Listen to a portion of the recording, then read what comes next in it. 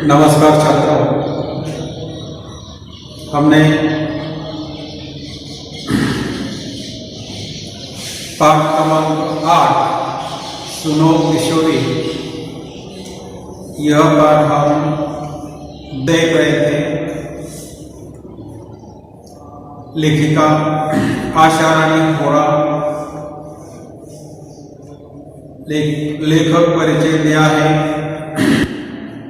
श्रीमती आशा रानी घोड़ा जी का जन्म 7 अप्रैल 1921 को अविभाजित भारत के झेलम जिले के तकवाल तहसील स्थित ग्राम दुल्हा में हुआ है।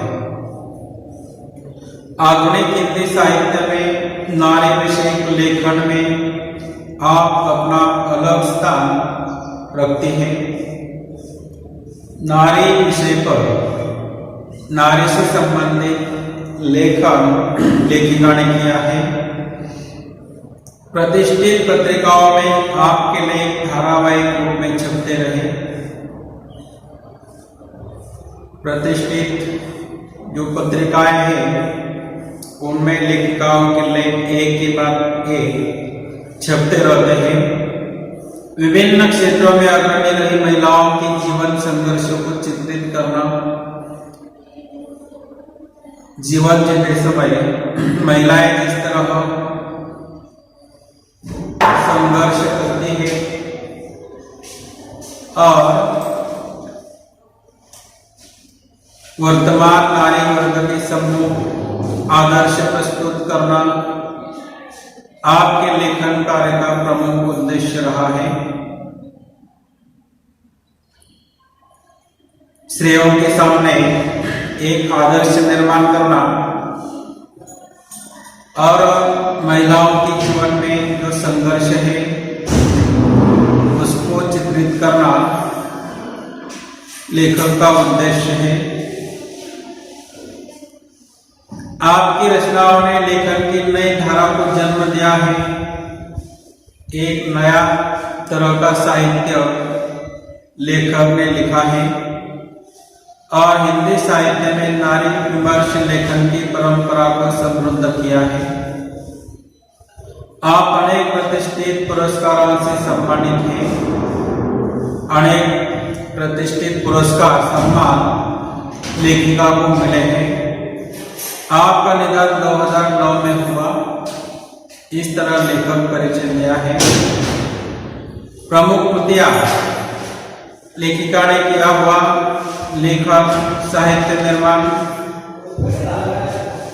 भारत की प्रथम महिलाएं, स्वतंत्रता सेनानी लेखिकाएं, क्रांतिकारी किशोरी, स्वाधीनता सेनानी, लेखक पत्रकार आदि। अब विधा परिचय दिया है। विधा है साहित्य प्रकार। यह पाठ अनेक पत्र है। अनेक साहित्यकारों और महान राजनीतिकों द्वारा अपने परिजनों को भेजे गए पत्रों ने तत्कालीन साहित्यिक, सामाजिक, राजनीतिक, सांस्कृतिक स्थितियों का लेखा जोखा प्रखरता से प्रस्तुत किया है। अब यह पाठ एक पत्र की तरह है। लेखिका पत्र लिखती है अपनी लड़की को। उसी तरह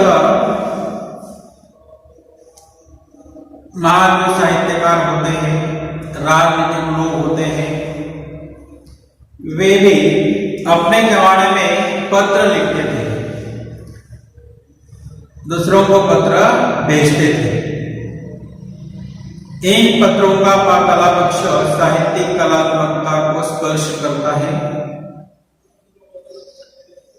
इस तरह पत्रों के बारे में थोड़ी सी जानकारी यहाँ दी है। आप आगे दिया है पाठ परिचय। लेखिका ने अपनी इस नवीनतम पत्र शैली में किशोरियों की शंकाओं को, प्रश्नों एवं दुश्चिंताओं का समाधान एक मां, अंतरंग सहेली और मार्गदर्शिका के रूप में किया है। इस पाठ में लेखिका ने अपने किशोरियों की शंकाओं का, किशोर यानी लड़कियों के मन में जो शंकाएं होती हैं, प्रश्न होते हैं, चिंता होती है, उनका समाधान करने का प्रयत्न किया है। उनकी सहेली बनकर, मार्गदर्शिका बनकर, किशोरियों के हृदय में झांक कर मित्रवत उन्हें उचित अनुचित करने अकरने का बोध कराया है। और लेखिका उनके हृदय में झांक कर उनके अंदर देखकर उनका मन टटोलकर मित्र की तरह उचित अनुचित क्या होता है, योग्य अयोग्य क्या होता है, करणीय अकरणीय क्या होता है, इसका बोध कराया है। हमारे देश की नई पीढ़ी पश्चिमी देशों से आ रहे मूल्य और संस्कारों का अंधानुकरण करती जा रही है। और लेखिका कहती है, हमारे देश की जो नई पीढ़ी होती है, वह नई पीढ़ी पश्चिमी देशों से, पाश्चात्य जो देश होते हैं, उनकी जो संस्कृति होती है, उनके जो मूल्य होते हैं, उनका अंधानुकरण कर रहे हैं। उनके मूल्य, उनके संस्कार, उनका स्वीकार कर रहे हैं। हमारे देश की संस्कृति और परंपराओं को कालबाह्य और त्याज्य मानकर उनकी अवहेलना कर रहे हैं। और यह नई पीढ़ी के बच्चे होते हैं, वे हमारे देश की जो संस्कृति होती है, हमारे देश की जो परंपरा होती है, उनको कालबाह्य मानते हैं, अयोग्य मानते हैं और हमारे संस्कृति का, हमारे मूल्यों का अवहेलना करते हैं। आत्मनिर्भर हो जाने से युवक युवतियों का जीवन के प्रति बदला दृष्टिकोण, विवेकहीनता, आज की नई पीढ़ी आत्मनिर्भर बन गई है, खुद के विचारों के अनुसार रहते हैं और उसके कारण उनका अपने जीवन के प्रति दृष्टिकोण बदला है। विवेकहीनता उनके अंदर आ गई है और जल्दबाजी में लिया जाने वाला निर्णय नई पीढ़ी का जीवन सौंदर्य नष्ट कर रहा है। जल्दबाजी में वे कुछ भी निर्णय लेते हैं और उसके कारण नई पीढ़ी के बच्चों के जो उनका जीवन के बारे में दृष्टिकोण होता है, वह बदल रहा है। लेखिका के अनुसार नए मूल्यों को भारतीय संस्कृति, परंपराओं और संस्कारों की भूमि पर उतरकर स्वीकारना होगा। अंत में लेखिका कहती है, जो नए मूल्य होते हैं उनका स्वीकार हमें करना है, तो वह भारतीय संस्कृति क्या है, भारतीय परंपरा क्या है और भारतीय संस्कारों की भूमि पर उतारकर स्वीकारना होगा। पहले हमें हमारे देश के संस्कारों का विचार करना है, हमारे देश की परंपराओं का विचार करना है, हमारे देश के संस्कारों का विचार करना है। इस तरह पाठ का नाम है सुनो किशोरी। किशोरी यानी किशोर अवस्था में जो लड़के लड़कियां होती हैं, उनके साथ संवाद स्थापित करने का प्रयत्न लेखिका कर रही है। अब पाठ की शुरुआत हम करते हैं। सुनो सुगंधा। सुगंधा लेखिका की बेटी है, लड़की है। सुगंधा से बातचीत लेखिका करती है इस पत्र में। तुम्हारा पत्र पाकर खुशी हुई, तुमने दो तरफा अधिकार की बात जताई है। लेखिका कहते हैं, तुम्हारा पत्र मुझे मिला है, तुमने जो दो तरफा यानी दोनों तरफ से दो तरफा अधिकार की बात सुगंधा पत्र में करती है, वह पसंद आई। सुगंधा की वह बात लेखिका को पसंद आती है। बेशक जहाँ जिस बात से तुम्हारी असहमति हो, वहां तुम्हें अपनी बात मुझे समझाने का पूरा अधिकार है। और लेखिका कहते सुगंधा से कहते हैं, जिस बात से तुम्हारा विरोध होगा, असहमति होगी, वहां तुम्हें अपनी बात मुझे समझाने का तुम्हें पूरा अधिकार है। तो तुम्हें क्या लगता है, तुम्हारे मन में क्या विचार है, वे तो मुझे बता सकती है। मुझे खुशी ही होगी तुम्हारे इस अधिकार प्रयोग पर। और वह सुगंधा को लेखिका कहते हैं। जो अधिकार की भाषा सुगंधा करते हैं उस पर लेखिका को खुशी ही होगी। इससे राह खुलेगी और खुलते गिर जाएंगे। इस तरह दोनों तरफ से बोलने वाला सुनने वाला दोनों भी जब बोलेंगे, दोनों भी जब अपने विचार व्यक्त करेंगे तो उसके माध्यम से एक नया रास्ता हमें मिल सकता है। जहाँ कहीं कुछ रुकती दिखाई देगी वहां भी परस्पर आदान प्रदान से राह निकाल ली जाएगी। जहाँ दोनों हम जो दोनों होते हैं, दोनों हमारा जो काम होता है, जो हमारा रास्ता होता है, जो हमारा काम जहाँ रुकता हुआ दिखाई देगा तो वहां भी परस्पर आदान प्रदान से नया रास्ता निकल सकता है। विचारों में जब आदान प्रदान होगा तो उसके माध्यम से एक नया रास्ता मिल सकता है। अपने अपनी बात कहने सुनने में बंधन या संकोच कैसा? अपने अपने मन में जो बातें आते हैं, विचार आते हैं, उसे सामने वाले से कहने चाहिए या सामने वाले के भी विचार सुनने चाहिए। उसमें संकोच नहीं करना चाहिए। इस तरह लेखिका बताना चाहती है। अब यहाँ इस परिच्छेद में किशोर अवस्था के बारे में लेखिका बताने का प्रयत्न करती है। किशोर अवस्था जो जीवन की सबसे संवेदनशील अवस्था होती है। 10 से 16, 17, 18 साल तक, 10 से 18 साल तक किशोर अवस्था में बच्चे होते हैं, लड़कियां होती हैं। तो उसके कारण यह अवस्था संवेदनशील होती है।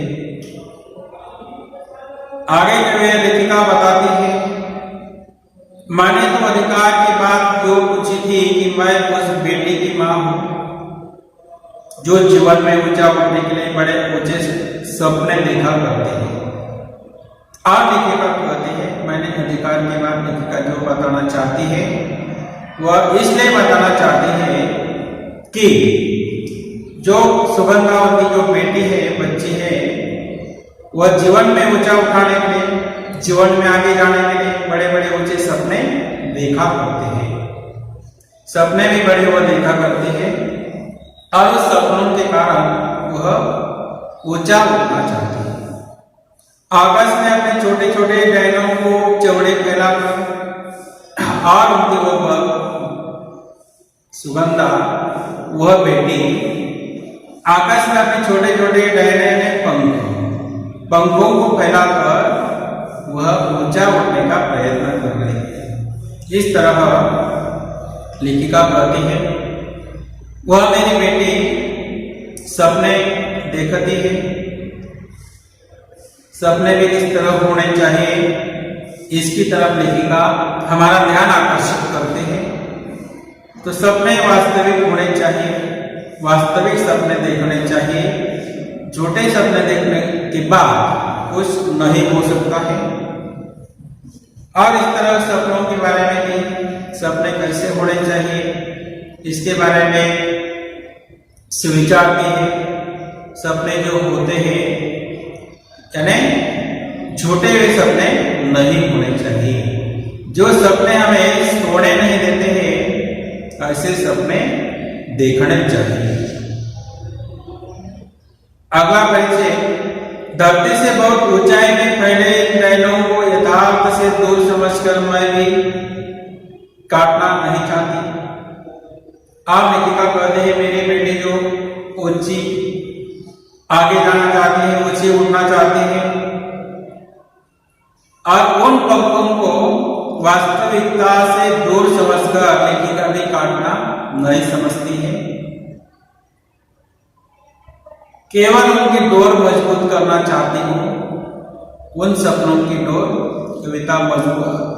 कवित्री मजबूत करना चाहती है और वे सपने मजबूत होने चाहिए और उनके बल पर उनकी बेटी आगे जा सकती है और अपनी किसी ऊंची उड़ान में वे लड़खड़ा न जाए। जीवन में अनेक संघर्ष हमें करने पड़ते हैं, उसी तरह सुगंधा को भी अनेक संघर्ष करने पड़ते हैं लेखिका की लड़की को। और ऊंची उड़ान भरते समय, आगे जाते समय, संघर्ष करते समय वह लड़की लड़खड़ा न जाए, इसके लिए कवि कवयित्री लेखिका उनकी डोर मजबूत करना चाहती है। इसलिए कहना चाहती हूं कि उड़ो बेटी उड़ो पर धरती पर निगाह रखकर। इसलिए लेखिका कहती है, सुगंधा तुम आगे जा सकती है, जो मन में आए वह भी कर सकती है, परंतु धरती पर निगाह रखकर।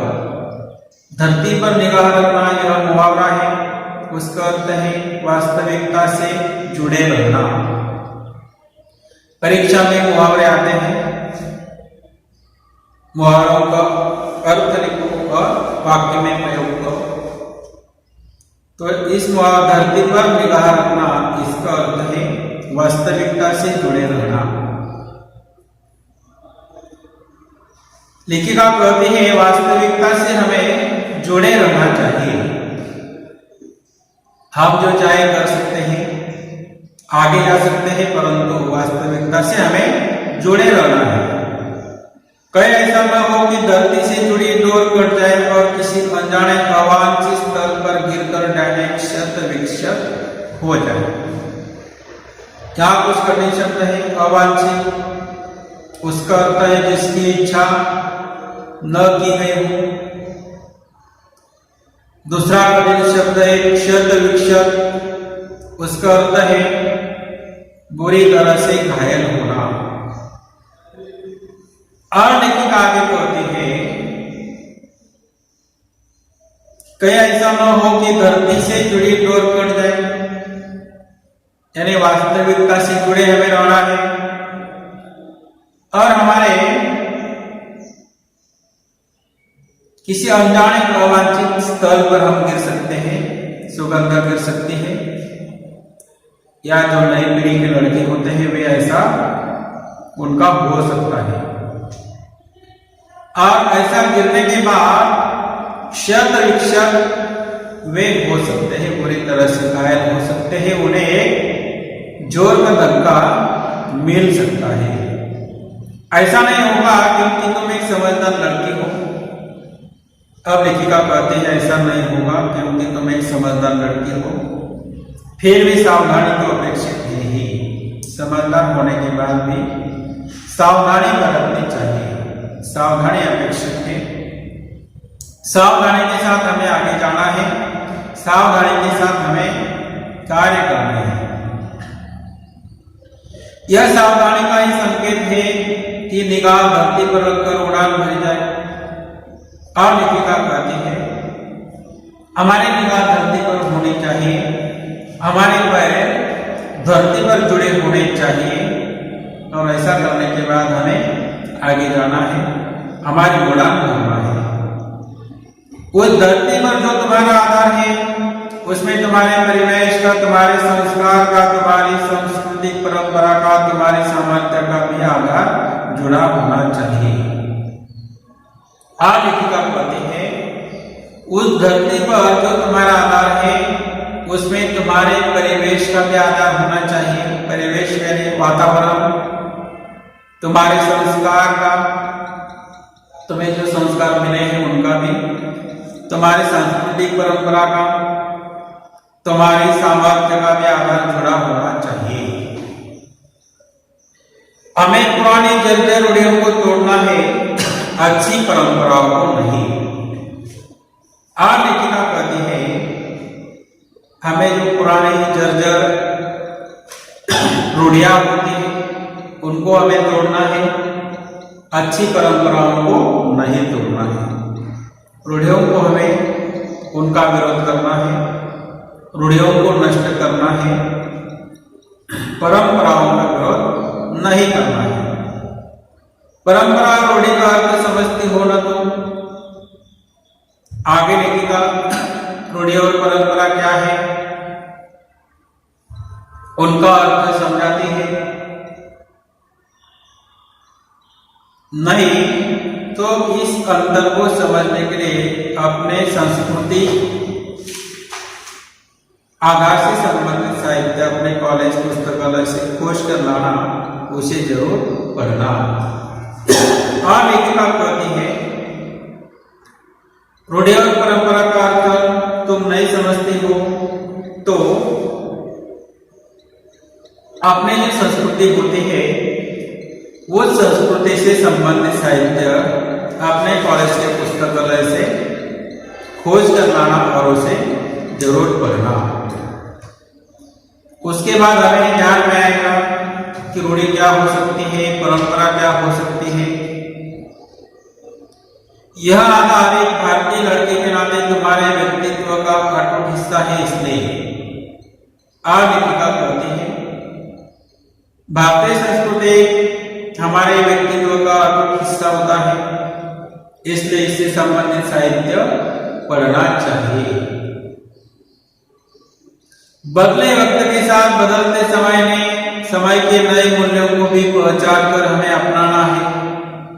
अब वक्त बदल गया है, समय बदलता जा रहा है और बदलते समय के जो नए मूल्य होते हैं उनको पहचान कर हमें अपनाने हैं। नए मूल्यों का हमें स्वीकार करना है। पर यहां पहचान शब्द को रेखांकित करो। हमें मूल्य पहचान कर उनका स्वीकार करने हैं, परंतु लेखिका कहती है यहां पहचान शब्द को रेखांकित करना है। बिना समझे बिना पहचाने कुछ भी नया अपनाने से लाभ के बजाय हानि ही उठानी पड़ सकती है। लेखिका यह कहती है इन मूल्यों को, नए मूल्यों का स्वीकार तो हमें करना है, परंतु उन नए मूल्यों को बिना समझे बिना पहचाने उनको अपनाने के बाद हमें हानि ही उठानी पड़ सकती है, हमारी हानि हो सकती है। तो उन मूल्यों को हमें जांचना परखना है, समझ लेना है और उसके बाद उस मूल्य का स्वीकार हमें करना है। पश्चिमी दुनिया का हर मूल्य हमारे लिए नए मूल्य का पर्याय नहीं हो सकता है। पश्चिमी संस्कृति, पाश्चात्य जो संस्कृति होती है वह संस्कृति, उसका स्वीकार हमें बिना संदेह नहीं करना है। पश्चिमी संस्कृति जो होती है उस संस्कृति में माता पिता दोनों नौकरी करते हैं, घर की तरफ वे ध्यान नहीं देते हैं, बच्चों की तरफ वे ध्यान नहीं देते हैं और उनके रहने का ढंग, कपड़े पहनने का जो ढंग होता है वो जो पाश्चात्य संस्कृति है उसका बिना देखे समझे हमें स्वीकार नहीं करना है। तो पश्चिमी दुनिया का हर मूल्य हमारे लिए नए मूल्य का पर्याय नहीं हो सकता है।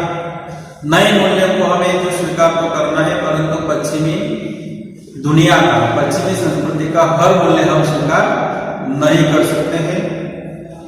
हमारे बहुत से पुराने मूल्य अब इतने टूट गए हैं कि उन्हें भी जैसे तैसे जोड़कर खड़ा करने का मतलब होगा अपने आधार को कमजोर करना।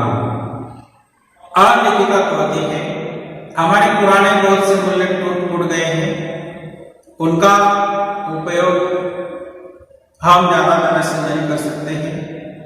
वे पुराने मूल्य हमें ज्यादा उपयोगी नहीं हो सकते हैं। अब उनका जैसे तैसे जोड़कर खड़ा करने का मतलब होगा, यानी पुराने पाश्चात्य जो मूल्य है या पुराने जो मूल्य है उनका स्वीकार करना है, अपने आधार को कमजोर करना। पुराने मूल्य हम जैसे तैसे स्वीकार नहीं कर सकते हैं, उसके कारण क्या होगा, हमारा ही आधार हम कमजोर कर सकते हैं। या आप यह भी कर सकते हैं कि अपनी अच्छी परंपराओं को रूढ़ी में ढालना। पुराने मूल्य के कारण क्या हो सकता है, हमारे अच्छी जो परंपरा है वह रूढ़ी में बदल सकती है। अच्छी परंपरा हम रूढ़ी में ढाल सकते हैं, ऐसा होगा। तो रूढ़ी का स्वीकार हमें नहीं करना है, अच्छी परंपराओं का स्वीकार करना है। इस तरह यहाँ तक इस पाठ को हमने देखा है। सुनो किशोरी पाठ शुरुआत हमने की है। यहाँ तक इस पाठ को देखा है और इस तरह पाश्चात्य संस्कृति का स्वीकार हमें नहीं करना है, पाश्चात्य मूल्यों का स्वीकार हमें नहीं करना है, उनको पहचान कर उनका स्वीकार करना है। नए मूल्य में हमें पहचानने होंगे और उसके बाद उसका स्वीकार हमें करना है। इस तरह यहाँ तक लेखिका उस सुगंधा के माध्यम से, उनकी बेटी के माध्यम से एक अच्छे विचार इस पत्र के माध्यम से लेखिका व्यक्त करते हैं। तो यहाँ इस तरह आज यह हम रुकते हैं। धन्यवाद।